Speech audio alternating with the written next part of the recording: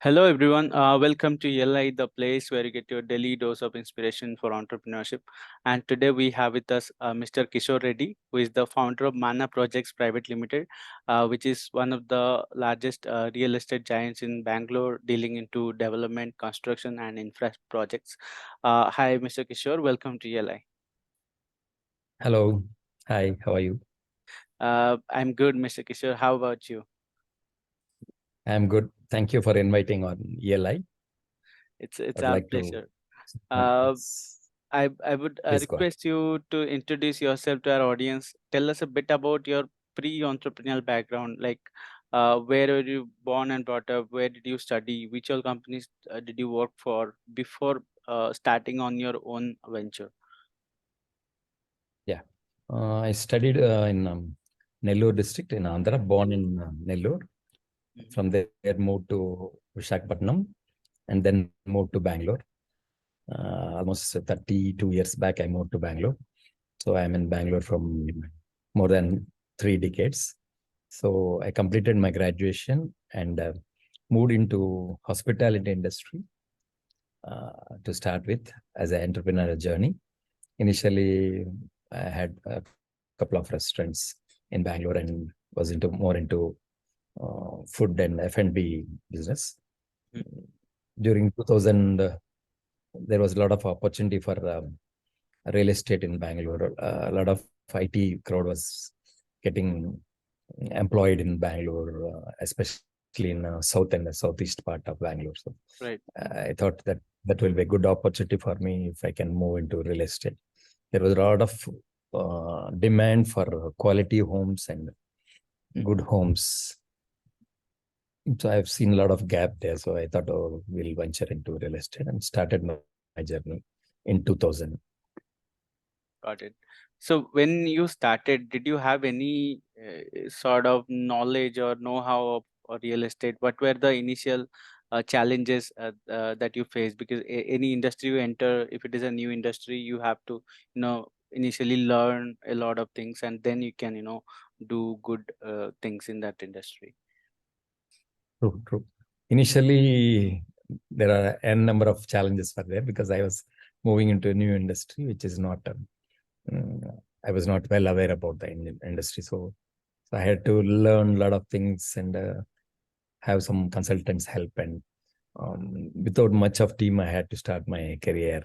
So it's almost literally no partners or no employees when I just started the first project. Then I started getting people on board as work was in progress, and we started able to deliver a couple of projects. Then we started having proper team and structured format.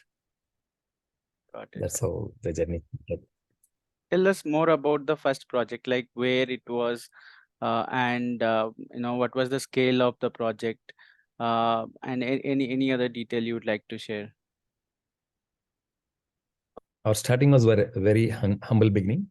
So we started with the two projects in one go almost. One was in Old Madras Road and one was near Bellandur, Sajapur Outer Ring Road. So both were very small projects with 20 odd units in each. And so initially we had to plan a lot and took a lot of time to kickstart the project to get everything in the right way so that we cater to our clients' expectations. So that's what a very challenging journey initially. Right. We had to. Speaking of clients, can you tell us how do you usually go about, acquiring clients? How do you acquire them? So our first projects was more of word of mouth or getting connected with IT establishments in and around our project and trying to get some leads and converting them. Not we were not advertising in a big way. It was like one lead. If you get through him, we try and get some more clients. And if one person buys, and we used to ask him to refer his friends or some friends or relatives or something like that. So it was always like organic way we were able to sell initially. So after a couple of projects, we were having enough budget to do digital marketing and other forms of marketing like telecalling and hoardings. We were able to do after some time, not in the initial stage. As a real estate developer, I think the first project is critical because you need a lot of investment upfront, and of course, banks will fund you, but you need to have that fund yourself also to put into the project. So, can you tell us about it? Like, how did you arrange the funds, and what was the funding challenges in the first project? Yes, as you know, real estate is a very capital intensive industry. So we need to have a lot of investment for land procurement and construction. So initially, it's tough to get any finance since it's a new company. We can't expect the banks to fund us. So at least for first two projects, we have to have internal accruals or have some angel investors coming in. So I have had a couple of angel investors like my father and my uncle who invested on me initially. And first land parcels were offered by my uncle, who is given that land is he offered me the land as joint development. So through that, my capital requirement has come down. I had to invest more on construction, not on the land. So that's how I was able to mobilize funds for construction. Got it. So first two projects, I had a tough time to raise the funds, but slowly we got into a groove where we can raise through our existing clients or through construction finance and our internal accruals. Like you mentioned, you started with 20 units as a project, and now you are Yes. dealing into very large scale projects. So that True. scale up experience, tell us a bit about it. I think in any venture there is one point when you feel that this is the inflection point. From now on, you have to look for scale and larger size of business. So which year did this happen, and what was that big break for your venture? Initially, we were focusing on having continuity of the projects. Like one project should be in design stage, second project should be in foundation stage, and third project should be in structure stage, and fourth project should be in finishing stage. So that all my contractors and employees are engaged throughout the cycle of the construction activity. So that we took at least 3 to 4 years to achieve that. So once you have 4 projects continuously happening at the same time, so whole of your contractors will be engaged and your construction cycle is completed. So we took 3 to 4 years to achieve that. After that, we tried to scale up our size of the projects. Instead of doing 20, 30, 40 projects, we increased our size and started capturing larger projects. So it was organic growth until 2008.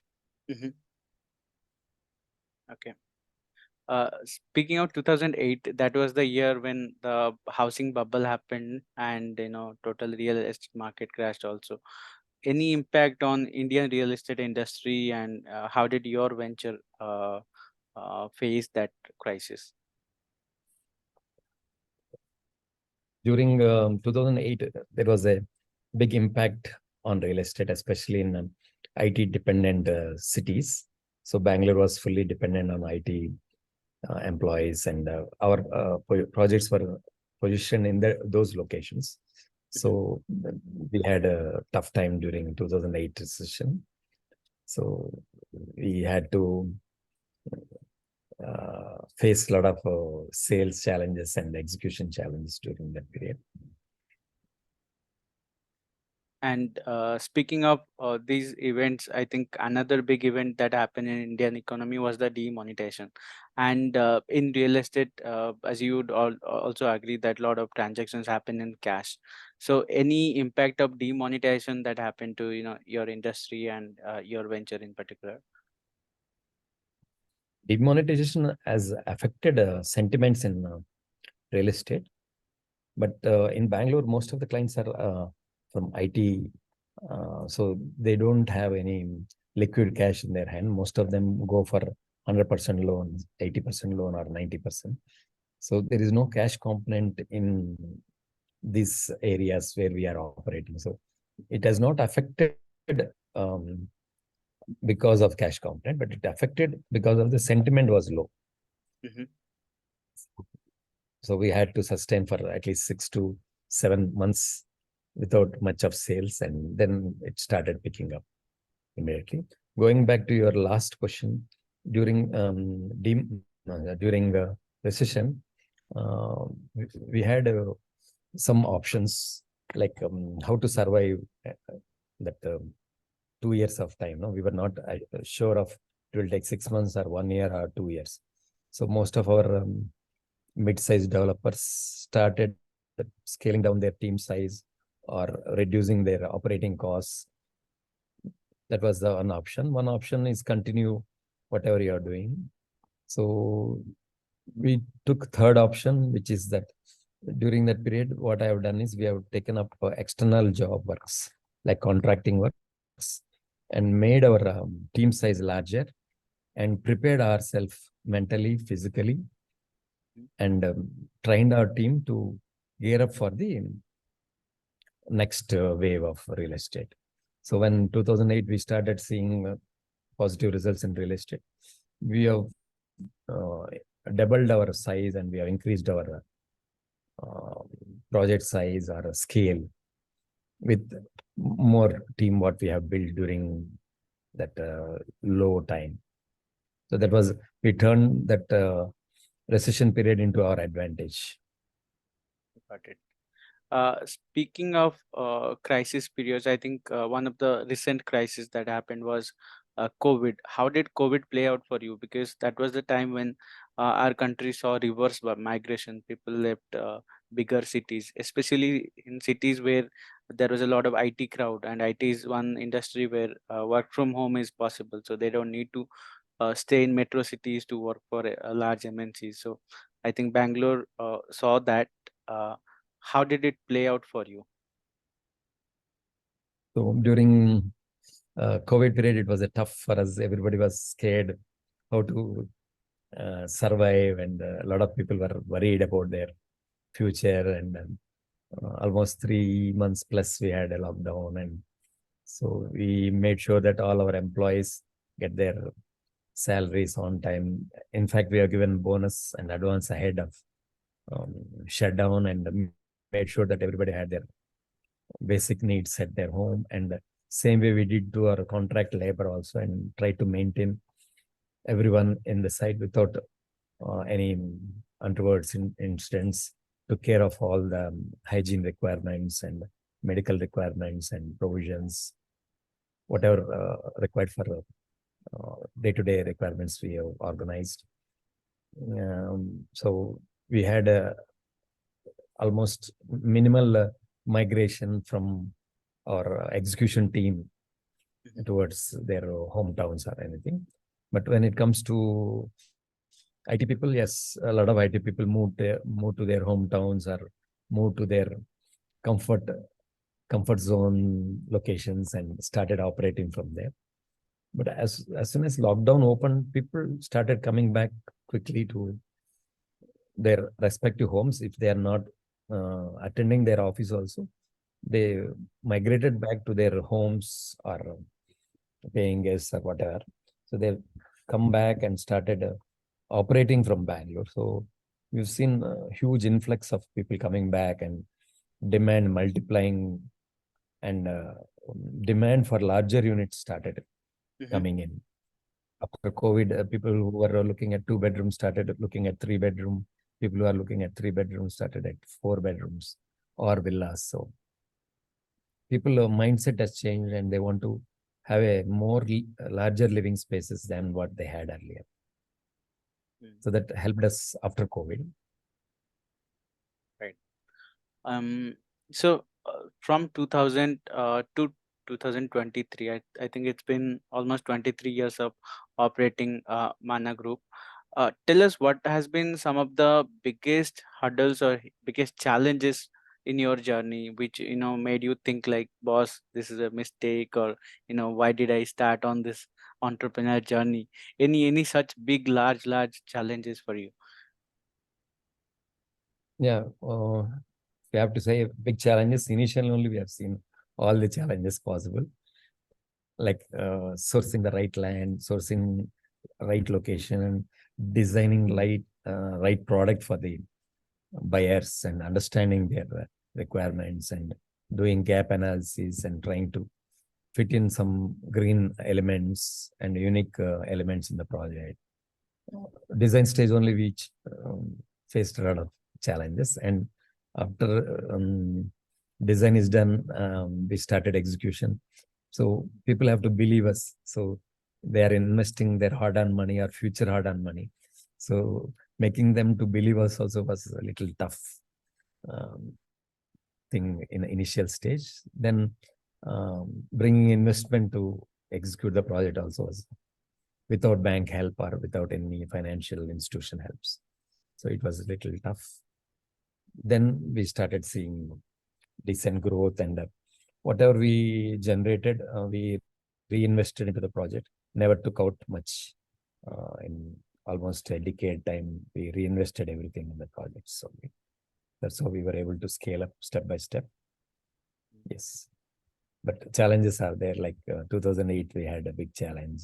Again, demonetization.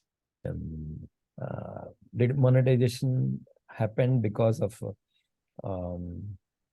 sentiment was low during that time. That's why we had a challenge. And during GST, again, some confusion was there too. Employees, whether GST will be passed down to them or composite structure, or those structures they were worried for some time. And during RERA also, there was confusion of registrations and migrating from non-RERA compliance period to RERA period. Those were some confusion times. Again, during COVID also is challenging time. These are the major challenging times we have seen in our 23 years journey. But every challenge we were able to overcome strongly and better way through internal analysis and trying to improve our current way of operation, current way of thought process. So we came all the hurdles in better way than what we were doing earlier. Got it. So one thing I wanted to ask is, in the typical startup world, sometimes people are encouraged to do mistakes, make mistakes, and through these mistakes, iterations, you learn a lot, and that is how some of the good companies, good ventures have been formed. But in real estate, I think mistakes are costly. I have seen many projects where they have constructed like 10 floors, and then due to land dispute, the project got stopped. So mistakes can be very costly. Tell us about, I'm sure you would have done some of the mistakes in your journey as well. Tell us some stories around some of the costly mistakes, if you have ever made. No, luckily we tried not to face that situation, and we were good enough in procuring right land parcels in the right location without any litigations or anything. So most of the projects we sailed through, though we have initially seen some small challenges, but we were able to sail through all the issues, legal issues. That was one boon for us. Apart from that, sales issues will be there, and the product mix, you might be doing some mistake. So all those things we avoided through taking our consultants' help and meeting our fellow builders, or meeting mentors and understanding the market better than senior builders, meeting them and understanding the product and understanding the future customer requirements. We always try to be as best as possible. So I think we can say we minimized all our challenges what could have come. So that's how we are here. What would you say are some of the unique things about Mana Group? I think there are multiple developers in the country, and in Bangalore itself, there are like 100 different developers who are constructing large scale projects. What are the uniqueness, or what are the differentiators that Mana Group has over other players in the market? Sure, yeah. Differentiator majorly sustainable living and bringing a lot of nature into your living spaces. So like most of the people prefer to have an independent house, having a bungalow or a villa or something like that. But because of cost of land has gone up so much, it's not that easy to buy a villa or a bungalow. So most of the people are going for high-rise apartments where they can reduce their cost of purchase. So what we have brought in is we have brought more larger terraces, more garden spaces. We want to give them a feel of living an independent house. So they won't miss out an independent house. So they won't feel that claustrophobic situation where they have more open spaces, more terraces, more greenery.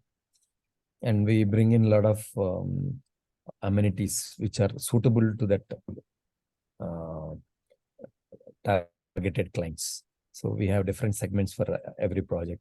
So we target clients based on the amenities and based on the USP, and see that we cater all their aspirations. Got it. Uh, Can you tell us what are some of the recent trends that are happening in the real estate industry? I think one of the things that I have observed is people are moving from tier one cities to tier two cities, and tier two cities, the buildings and the real estate is going expensive in at par with tier one cities right now. So, what are some other trends that you have observed, or you are witnessing right now? There are some cases where tier 2 cities are doing little better than earlier, but I never seen tier 1 cities are losing their market share. It's always increasing. Why? Because there is a lot of social infrastructure available in tier 1 cities, like schools, colleges, hospitals, and they have to now work from home is been coming down day by day. So they have to report to their corporate offices. So tier 1 cities are still doing aggressively well. Like if your project is located within a decent distance to their office and their kids' school and social amenities, so definitely you'll see a lot of traction in that. So trend is people are looking for larger units than smaller units. Earlier they used to look for smaller compact 2-bedroom or compact 3-bedroom. Now they are looking at larger 2 bedrooms, or especially study room, where if they have a requirement of doing work from home, they can use that, or they have guests, they can use that. Study room can be converted into one more bedroom, or they are looking like convertible homes where your 1 bedroom can be converted into living space, more extra large living spaces.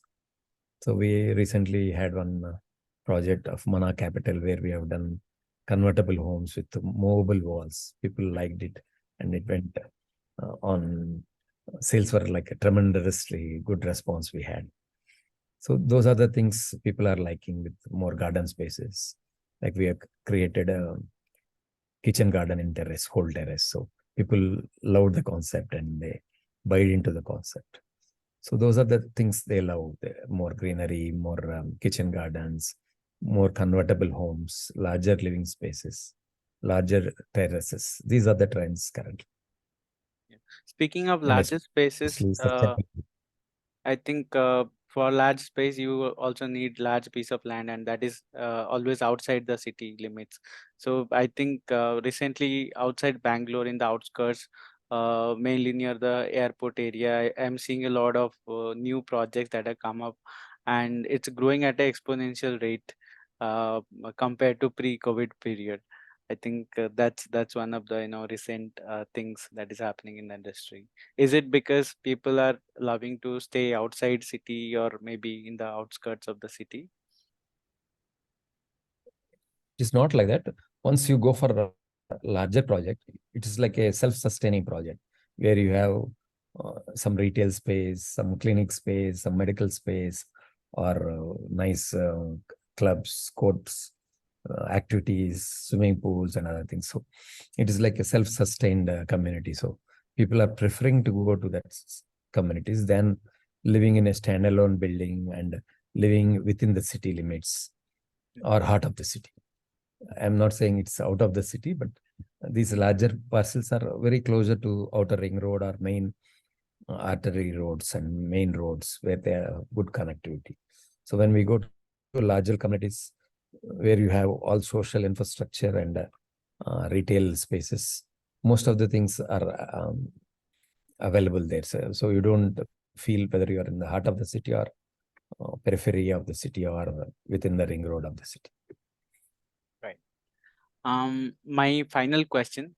So all these years Yes. of entrepreneurship, I think you would have learned a lot of lessons as an entrepreneur, which are not applicable to real estate, but in general, it is applicable to uh, all sort of ventures. Like it's universally applicable, evergreen learnings. So tell us some of the top learnings that you have had, which we can carry and probably apply to our ventures as well. Yes, sure. So as per me, customer-centric focus should be there all the time, and your customer satisfaction is the top priority, and quality has to be top notch. You can't compromise, since especially if it is real estate, you are building projects which will last for generations. So you have to create a landmark projects. You just can't build one more building. It should be like that, and continual improvement in your processes and achievements has to be there, and bringing sustainable living and bringing more uniqueness in your projects, and adapting to new coming technologies will definitely give you good strength in your business and an entrepreneurial journey. Well, on this note, we have come to the closure of the session. Thanks for joining us, Mr. Kishore. It was a pleasure to have you on our platform, and our best wishes for Mana Group. Thank you. All the best to your E&LI team. Thank you very Thank you. much to having me on your broadcast. Thank you. See you soon. Thank you. Thank you, Mr. Kishore. Bye.